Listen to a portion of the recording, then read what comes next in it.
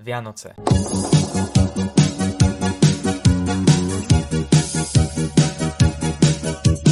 Ježišku, miláčku, ja ťa budem kolívať. Čas pokoja, darčekov a kolektívneho klamania, že sme šťastní. Taktiež je to čas, kedy sa rodina stretne za jedným stolom, bez hádok a zbytočných ohováraní. Však...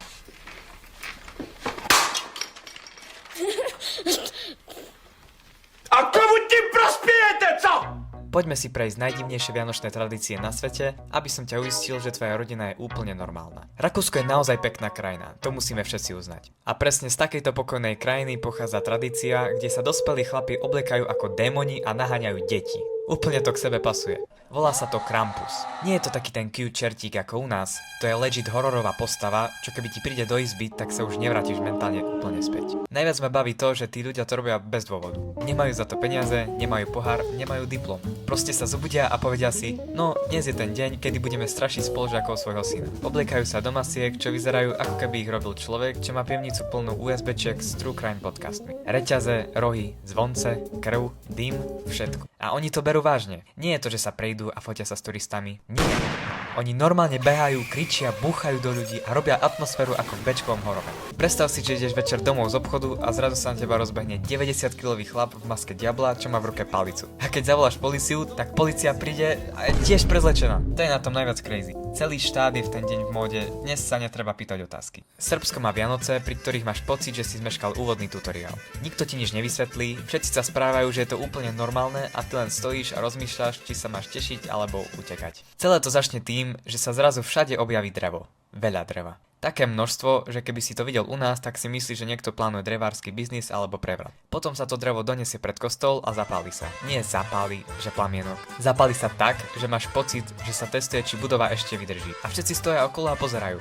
Ticho, sústredene. Ako keby mal oheň o chvíľu niečo povedať. Podľa toho, ako veľmi to praská a lietajú iskry, sa vraj určuje, aký bude rok. Čím viac iskier, tým viac šťastia. Takže ak vybuchne, tak asi jackpot. Úplne bežný srbský vianočný výpočet. Minulý rok málo iskier, zlá úroda. Tento rok skoro zhorela lavička, bude dobrý rok. A aby toho nebolo málo, rieši sa aj jedlo pre mŕtvych. Normálne sa varí jedlo, ktoré je určené pre ľudí, čo už tu nie sú.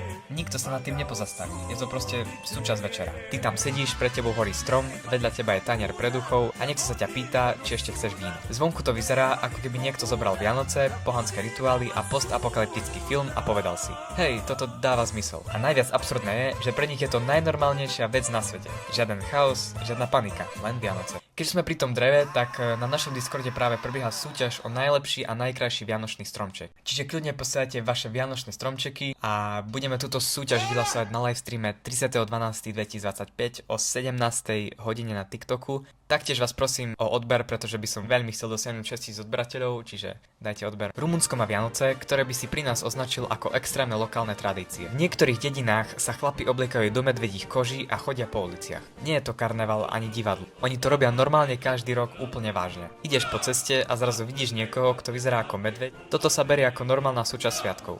Cieľom je vraj vyhnať zlé duchy a priniesť šťastie. Ale keď si to predstavíš na Slovensku v Tatrách, kde sa už medvede pohybujú medzi chalupami, tak by to vyzeralo úplne inak. U nás by polícia zablokovala celý horský priechod a možno by sa aj podávala špeciálna kapustnica s medveďou.